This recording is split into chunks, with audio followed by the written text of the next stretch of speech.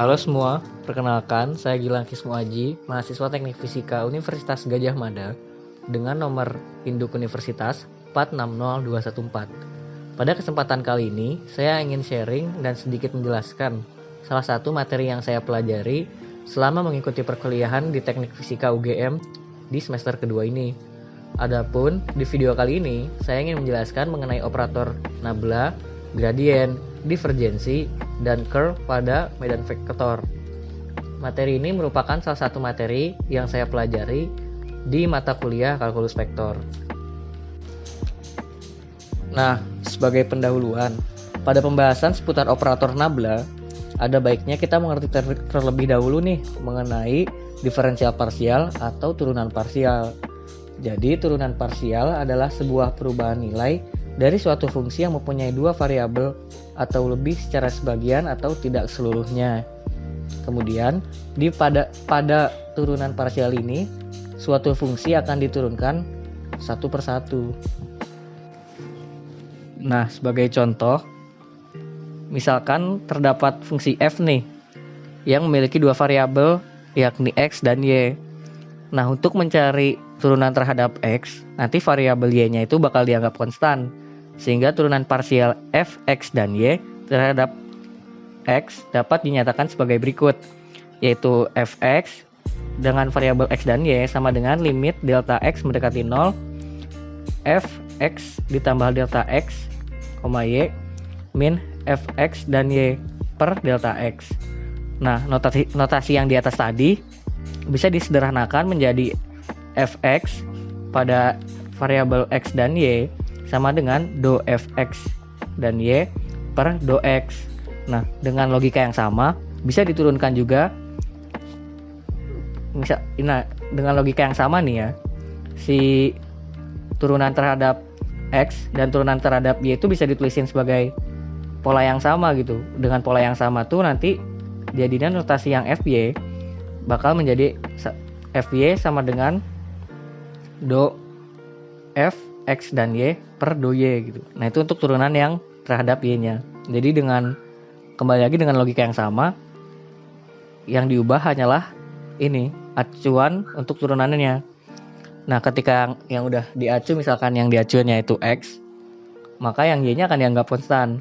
Begitu pula sebaliknya, ketika yang diturunkan adalah y, maka yang x yang dianggap konstan. Nah, ini sebagai contoh geometric interpretation of the partial derivative. Nah, di sini tuh ada gambar bentuk 3 dimensinya, gambaran mengenai si turunan parsial. Di sini menggunakan bidang kartesius dengan sumbu x, y, dan z. Nah, bidang yang berwarna hijau itu melambangkan sumbu x-nya. Bidang x lah. Itu tuh digambarkan dengan si kotak persegi yang berwarna hijau. Nah, untuk yang berwarna merah, dia menggambarkan si luasan bidang di sumbu y.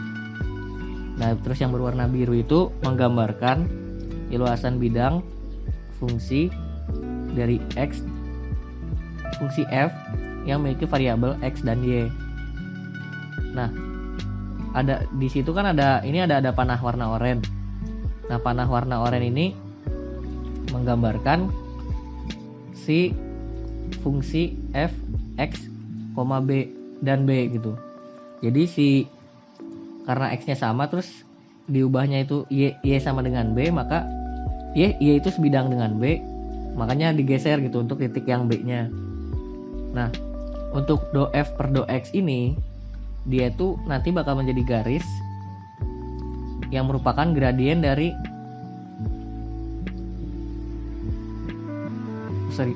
Jadi do f per do x merupakan garis yang bersinggungan dengan garis f, x, b.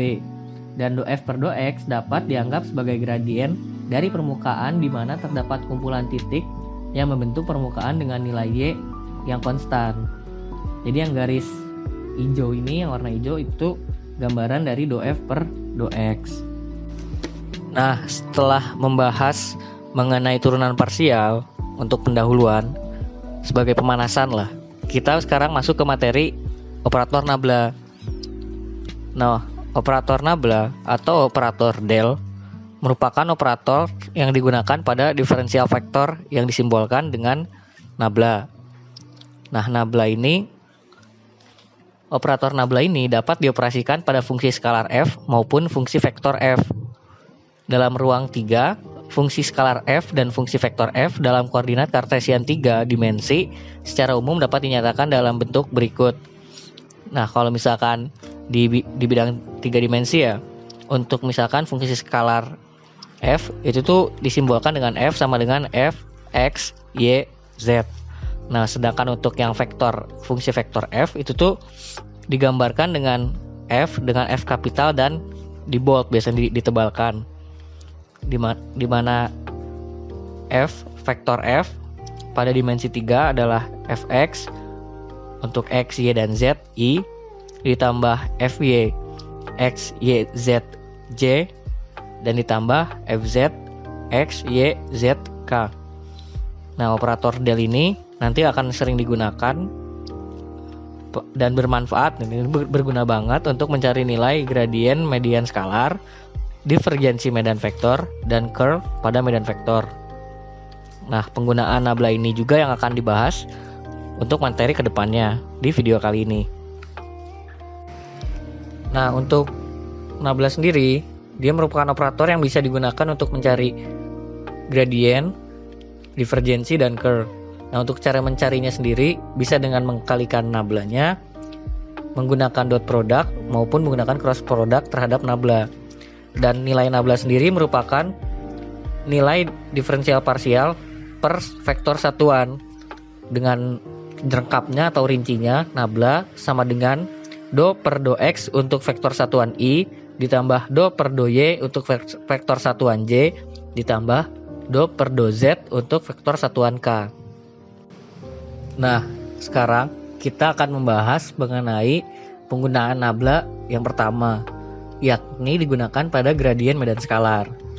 Nah, misalkan terdapat sebuah fungsi f, x, y, dan z yang terdefinisi dan didiferensiabel pada setiap titik f, x, y, dan z dalam ruang R3.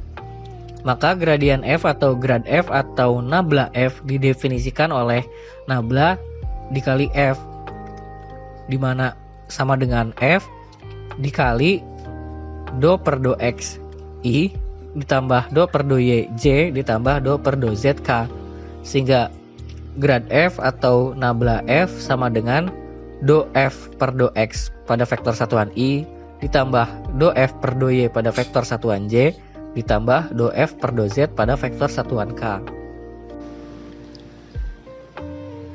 Nah, adapun gradien medan skalar ini memiliki sifat-sifat tertentu. Nah, gradien akan mengubah fungsi skalar menjadi fungsi vektor.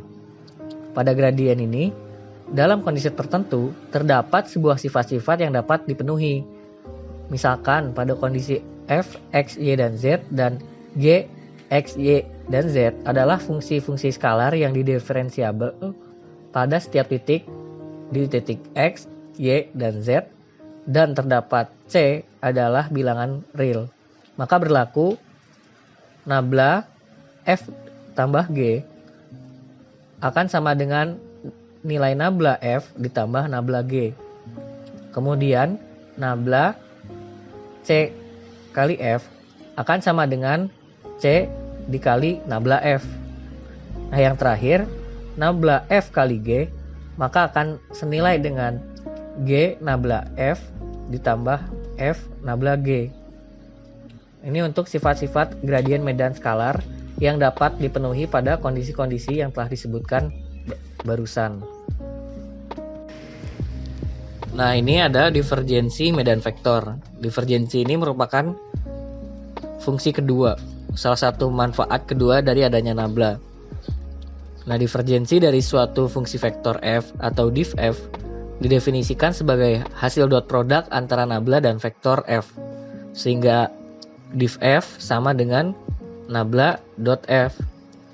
Nah, mengingat dot product dari kedua vektor adalah skalar, maka hasil divergensinya dari vektor f itu tuh nilainya bakal skalar, sehingga nabla.f sama dengan do per do x pada vektor satuan i ditambah do per do y pada vektor satuan j ditambah do per do z pada vektor satuan k dot fx pada vektor satuan i plus fy pada vektor satuan j plus fz pada vektor satuan k.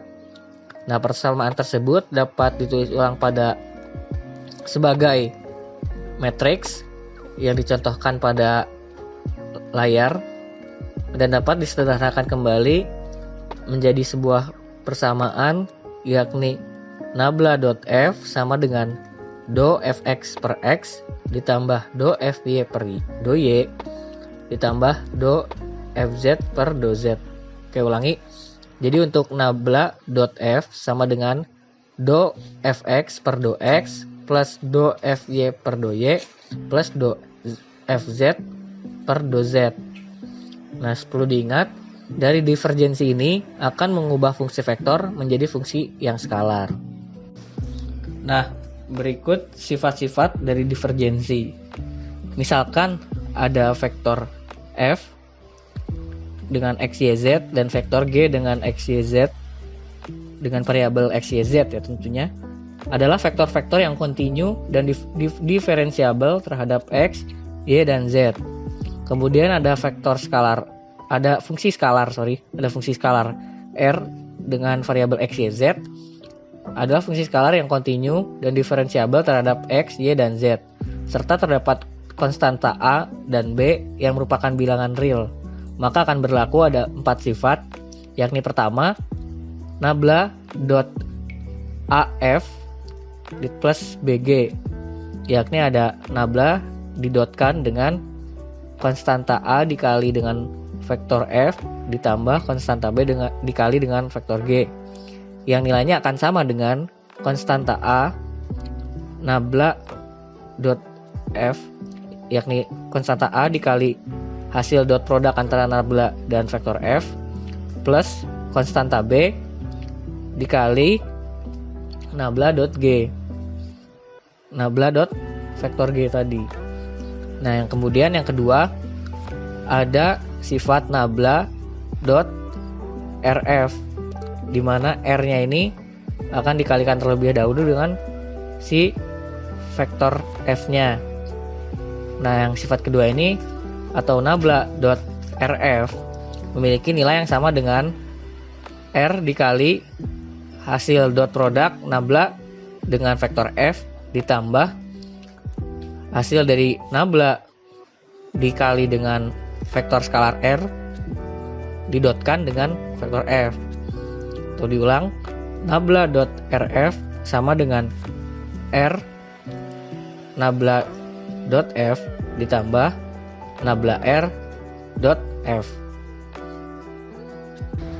Nah, kemudian untuk fungsi yang ketiga, yakni nabla.f cross g akan sama dengan nabla cross f didotkan dengan vektor g dikurang vektor f yang didot produk dengan hasil dari cross nabla dengan vektor g.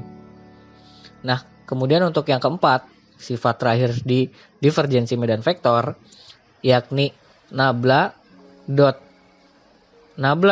cross f atau hasil dot produk antara nabla dengan nabla yang dicrosskan dengan vektor f itu sama dengan 0. Nah, sebagai pelengkap, ini ada yang namanya makna fisis divergensi. Nah, bentuk dari si divergensi ini kayak gimana sih?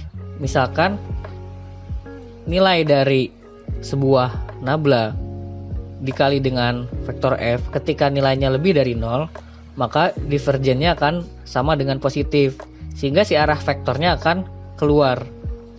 Nah, sebaliknya, ketika nilainya dikurang dari 0, maka nilai divergensinya akan arahnya itu bakal ngarah ke si titik pusatnya, titik vektornya itu.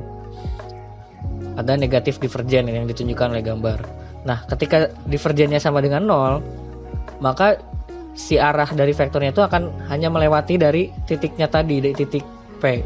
Nah, ini di gambar yang sebelah kiri jelaskan ya, ada tiga contoh, baik positif divergen, negatif divergen, dan zero divergen. Nah, untuk gambar yang sebelah kanan itu tuh bentuk contoh pada dimensi tiganya gitu, biar kelihatan semakin jelas. Yang contoh yang di sebelah kanan itu adalah salah satu gambar dari positif divergensi pada sebuah medan vektor. Setelah kita membahas mengenai divergensi dan juga gradien, nah penggunaan nabla yang belum kan untuk di cross product nih. Cross product kan belum. Nah, cross product ini yakni cross product antara nabla dan F itu didefinisikan sebagai curl medan vektor, atau curl F sama dengan nabla di cross F vektor F.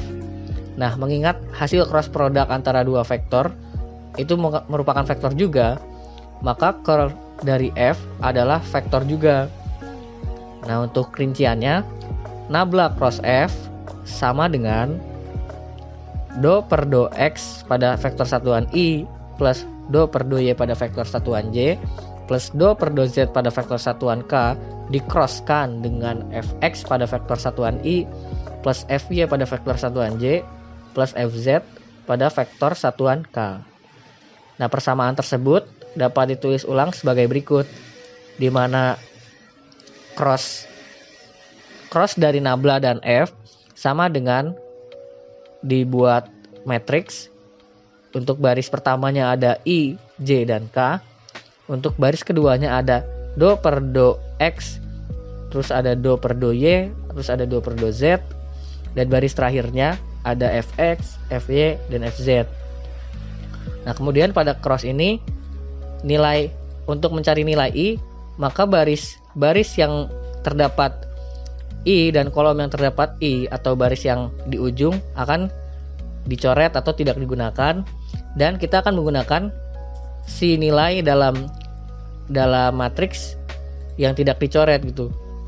Nah, untuk rincinya, maka nabla cross F sama dengan do Fz per do Y minus do Fy per do Z untuk vektor satuan I plus do Fx per do Z min do Fz per do X untuk vektor satuan J, dan di plus lagi do Fy per do X min do Fx per do Y pada vektor satuan K. Nah, dari setiap vektor satuan itu udah kelihatan kan, misalkan untuk yang I itu nggak ada X-nya, atau di yang K nggak ada Z-nya. Nah, ini adalah template atau rumus untuk hasil dari nabla dikrosskan dengan vektor F.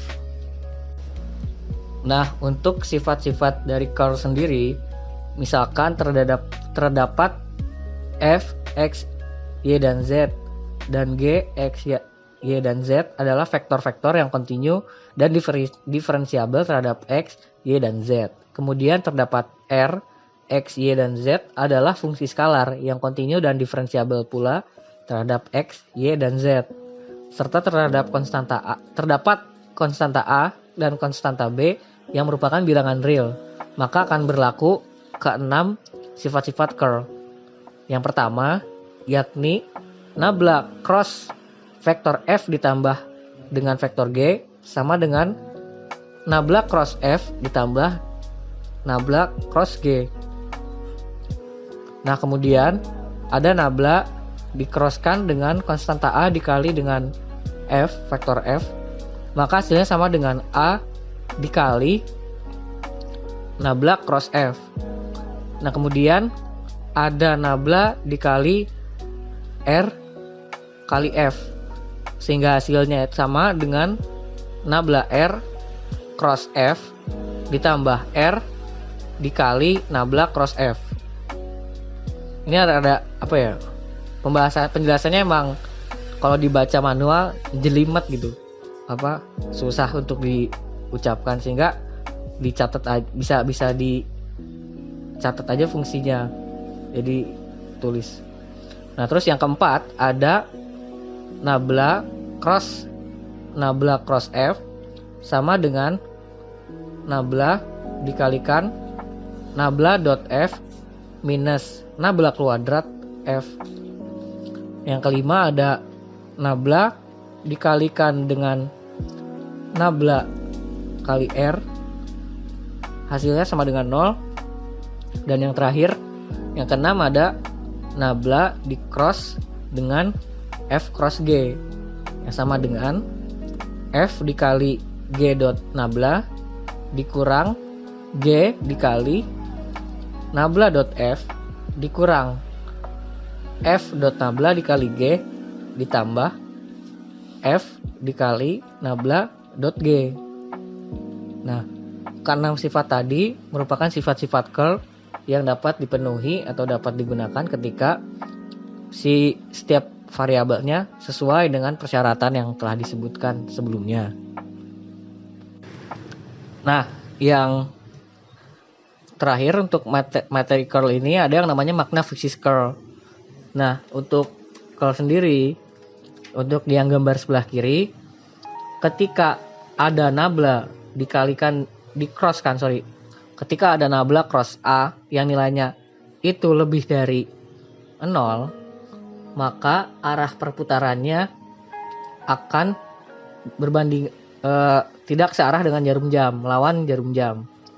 Nah, begitu pula sebaliknya gitu. Nah, untuk sebaliknya, ketika ada nabla cross A hasilnya kurang dari 0, maka arah dari rotasinya itu akan searah dengan jarum jam. Nah, ketika nabla cross A hasilnya sama dengan 0, maka akan irasional hasilnya. Nah, untuk yang sebelah kanan, yang gambar sebelah kanan itu merupakan contoh dari curl itu sendiri di bidang R3, di dimensi 3 pada X, Y, Z, bidang kartesius X, Y, Z. Nah, setelah kita belajar sedikit mengenai tadi ada turunan parsial, terus ada gradien medan skalar, ada divergensi medan vektor, terus ada curl medan vektor, ya ada baiknya kita melengkapi di video kali ini, kita melengkapi pembelajaran dengan mengadakan latihan soal yang akan dibahas pada akhir sesi. Nah, soalnya sendiri terdiri dari 4 soal, di mana setiap soal ini saya rasa mewakili pembahasan tadi yang telah dibahas, materi yang telah dibahas tadi. Seperti soal nomor 1, nomor 2, nomor 3, dan nomor 4, kita akan bahas satu persatu setelah jeda berikut ini. Baik, untuk pembahasan soal yang pertama, yakni soalnya jika V sama dengan 3X pangkat 2, Y Z pangkat 3 dikurang Y pangkat 3 dikali X. Maka carilah nilai dari nabla V dan magnitud dari nabla V pada titik min 1, min 3, dan 2. Nah, udah kita ketahui nih bahwasanya tadi kalau dikalikan ya bisa nilainya nabla V akan sama dengan do V per do X pada vektor satuan I plus do V per do Y pada vektor satuan J plus do V per do Z pada vektor satuan K. Kita substitusikan dengan nilai V sama dengan 3X pangkat 2 dikali Y dikali Z pangkat 3 min Y pangkat 3 dikali X pada setiap V-nya, sehingga baris kedua ini do V sama dengan do dari 3X pangkat 2 Y kali Z pangkat 3 min Y pangkat 3 kali X per do X I plus do 3X pangkat 2 dikali Y dikali Z pangkat 3 min Y pangkat 3 kali X per do Y pada vektor satuan J plus do fungsi 3X pangkat 2 dikali Y dikali Z pangkat 3 min Y pangkat 3 kali X per do Z pada vektor satuan K. Maka hasilnya ketika kita turunkan secara parsial ya, secara terpisah. Untuk yang do X sendiri yang turun, kita untuk vektor satuan yang di I dulu nih fokusnya. Nah, untuk yang vektor satuan I kan ketika diturunkan terhadap X, maka nilai 3X kuadrat ini bakal diturunkan menjadi 6X, kemudian dikalikan dengan Y dengan Z-nya tadi. Jadinya yang untuk sebelah kiri ini, yang kiri ini nih, dari 3x kuadrat y z pangkat 3 ini diturunkan akan menjadi 6x y z pangkat 3. Nah, untuk yang min y pangkat 3 kali x, ketika x nya diturunkan kan jadi 1. Nah, 1 dikali dengan y pangkat 3 hasilnya akan y pangkat 3. Sehingga untuk vektor yang satuan i, maka nilainya itu ada 6x y z pangkat 3 dikurang y pangkat 3. Nah, kemudian sama untuk yang sebelahnya, untuk yang vektor satuan j ini diturunkan terhadap y. Berarti yang kita turunkan untuk 3x pangkat 2 y z pangkat 3 diturunkan berarti menjadi 3x pangkat 2 dikali z pangkat 3, karena y nya ketika diturunkan akan menjadi 1 dan dikalikan dengan 3x pangkat 2 z pangkat 3. Nah, untuk yang min y pangkat 3 dikalikan dengan x, ketika diturunkan maka 3 nya akan turun, terus yang pangkatnya dikurang 1, maka hasilnya akan menjadi min 3y pangkat 2 kali x. Sehingga untuk faktor satuan j, maka nilainya sama dengan 3x pangkat 2 z pangkat 3 min 3y pangkat 2 x untuk vektor satuan j. Nah, begitu pula dengan yang untuk vektor satuan k nih, turunkan terhadap z. Jadi 3x pangkat 2 dikali y dikali z pangkat 3 dikurang y pangkat 3 kali x diturunkan terhadap z. Nah, pertama kita lihat yang sebelah kanan ini kan nggak ada yang min y pangkat 3x ini kan nggak ada z-nya ya. Berarti ketika diturunkan terhadap z, maka hasilnya bakal sama dengan 0. Sehingga yang kita turunkan yang bagian kirinya aja. Sehingga 3x pangkat 2 kali y dikali z ketika diturunkan, z pangkat 3 nya diturunkan nih, jadi 3z pangkat 2. Sehingga nanti akan jadi 3x pangkat 2 y 3z pangkat 2. Nah, ketika kita rapihkan persamaannya, kita konstanta 3 nya dikedepanin 3 kali 3, sehingga hasilnya nanti bakal jadi 9x pangkat 2 y z pangkat 2 pada vektor satuan k. Nah, setelah kita mengetahui nih fungsi nilai-nilai dari nabla phi yang ini, itu ya nilai dari nabla phi nya akan jadi 6x y z pangkat 3 min y pangkat 3 pada vektor satuan i plus 3x pangkat 2 z pangkat 3 min 3xy min 3xy pangkat 2 pada vektor satuan j plus 9x pangkat 2 kali y kali z pangkat 2 pada vektor satuan k. Nah, setelah itu yuk kita substitusikan si nilai titik min 1, min 3, 2 yakni dengan x sama dengan min 1, y sama dengan min 3 dan z sama dengan 2 ke persamaan yang tadi, yang tentang nabla phi yang terakhir.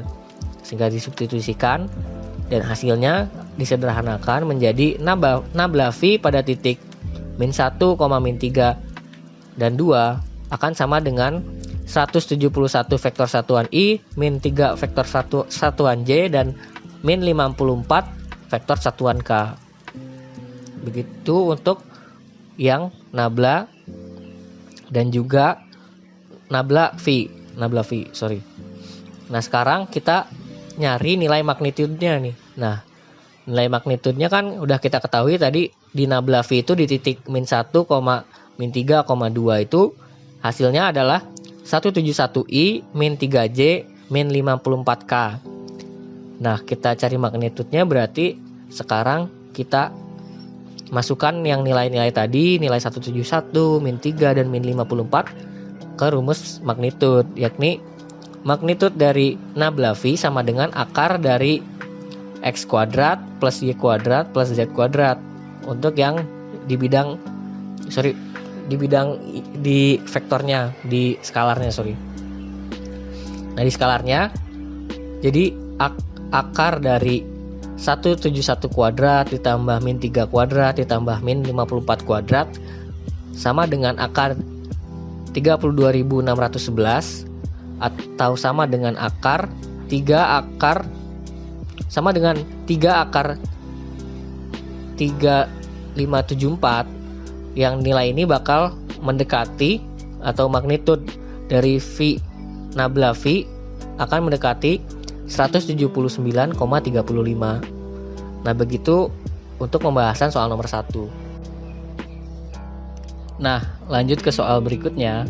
Di soal nomor 2, kita punya soal jika A, vektor A, memiliki nilai 2x pangkat 2 YZ pangkat 2I plus XY pangkat 3J min X pangkat 3 ZYK dan R sama dengan 2x pangkat 3 min YZ, maka carilah nabla dot A dan A dot nabla R di titik 1, min 2, 3. Nah, mari kita jawab. Nah, nabla dot A sama dengan do per do XI plus do per do YJ plus do per do ZK dot AXI plus AYJ plus AZK. Nah, kemudian disubstitusikan ya, sehingga nabla dot A sama dengan do per do XI plus do per do YJ plus do per do ZK dot 2x pangkat 2 YZ pangkat 2I plus XY pangkat 3J min X pangkat 3 ZYK. Sehingga nabla dot A sama dengan 4XYZ kuadrat plus 3XY kuadrat min X kubik Y sama dengan nabla dot A pada titik 1, min 2, 3 sama dengan 4 dikali 1 dikali min 2 dikali 3 pangkat 2 plus 3 kali 1 kali min 2 kuadrat plus 1 pangkat 3 dikali min 2. Sehingga nabla A pada titik 1, min 2, 3 adalah minus 72 plus 12 min 2 dan hasilnya min 62. Nah, sekarang dilanjut ke soal yang nomor 2, yang part 2-nya, yakni A dot nabla R. Substitusikan sama dengan A itu 4XY kuadrat 4XYZ kuadrat I plus 3XY kuadrat J min 3X pangkat 3 YK dot do 2X pangkat 3 min YZ per do X I plus do 2x pangkat 3 min YZ per do Y plus do 2x pangkat 3 min YZ do ZK. Sehingga hasilnya itu A dot nabla R sama dengan 4XYZ pangkat 2I plus 3XY pangkat 2J min X pangkat 3 YK dot 6x kuadrat I min Z min YK. Ya kan, di nabla R nya diturunkan. Misalkan yang di pada komponen I, maka 2x pangkat 3 min YZ turunkan terhadap X menjadi 6x kuadrat.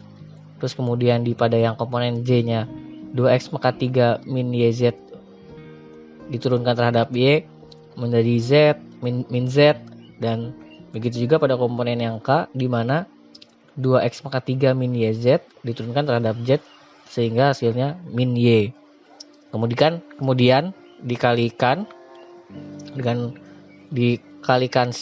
didotkan dengan A sehingga hasilnya A dot nabla R sama dengan 24x pangkat 3 YZ pangkat 2 min 3x Y pangkat 2Z ditambah X pangkat 3 Y pangkat 2.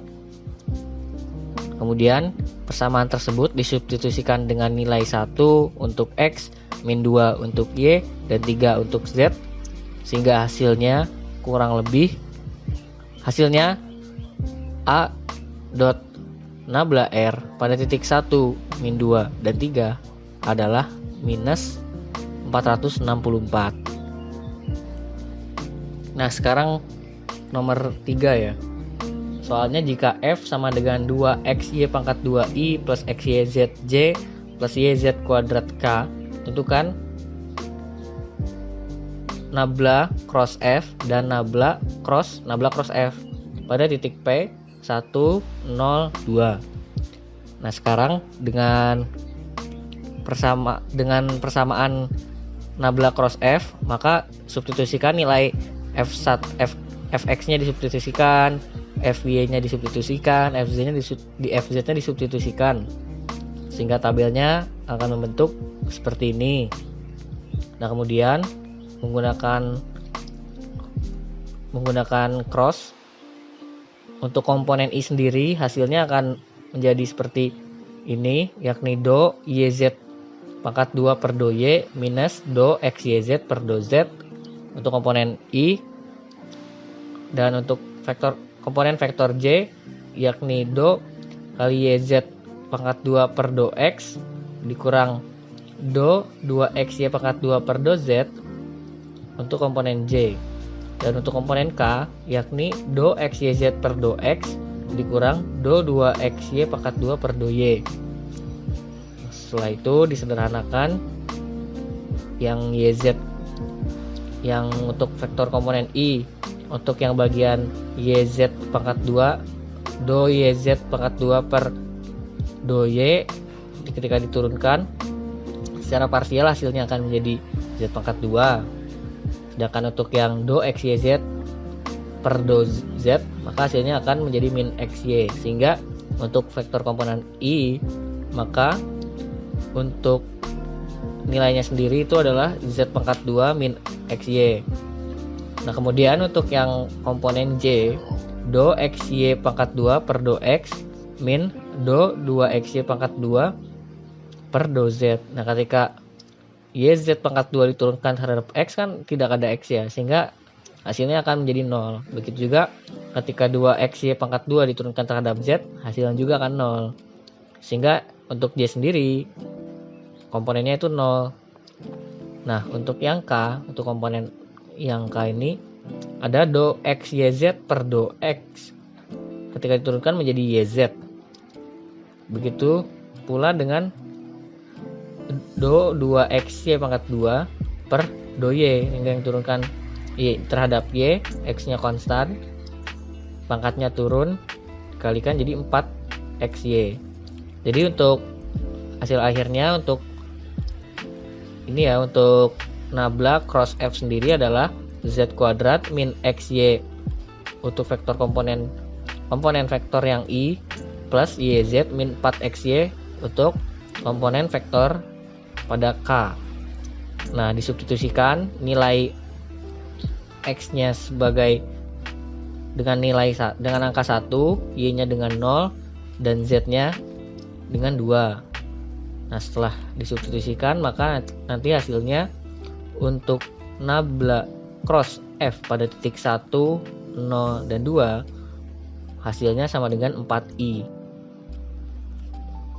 Nah, untuk lanjutannya yakni nabla cross f dengan hasil yang tadi ya, ketika dari kita punya nilai nabla cross f, dimana untuk komponen i-nya itu ada z kuadrat min xy, untuk j-nya sendiri ada 0, dan yang k-nya sendiri ada yz min 4xy. Itu disubstitusikan ke persamaan yang rumus cross-nya, sehingga nanti untuk komponen i diwakilkan oleh do yz min 4xy per do y. Untuk komponen j-nya ada do yz min 4xy per do x minus do z kuadrat min xy per do z untuk j. Dan untuk k ada minus do z pangkat 2 min xy per do y untuk komponen k. Sehingga ketika disederhanakan, ketika sudah diturunkan, maka untuk yang komponen i sendiri akan menjadi z min 4x. Kemudian untuk yang j-nya sendiri akan menjadi minus 4y min 2z j. Dan untuk yang k sendiri hanya ketika diturunkan terhadap sumbu y, hasilnya hanya x. Karena minus dari min x bertemu dengan minus dari min do z pangkat 2 min x-nya tadi.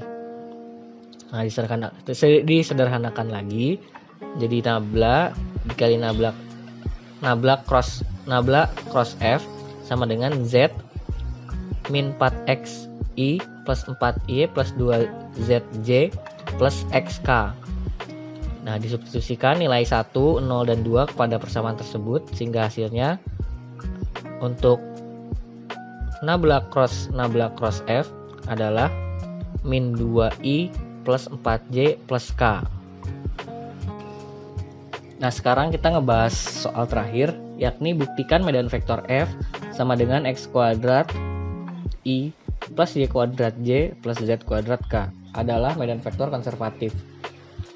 Untuk penyelesaiannya sendiri, ya seperti biasa, untuk penyelesaian cross product, yakni nabla cross f sama dengan untuk fx-nya sendiri disubstitusikan x kuadrat, untuk fy-nya itu y kuadrat, dan untuk fz-nya yakni yz kuadrat.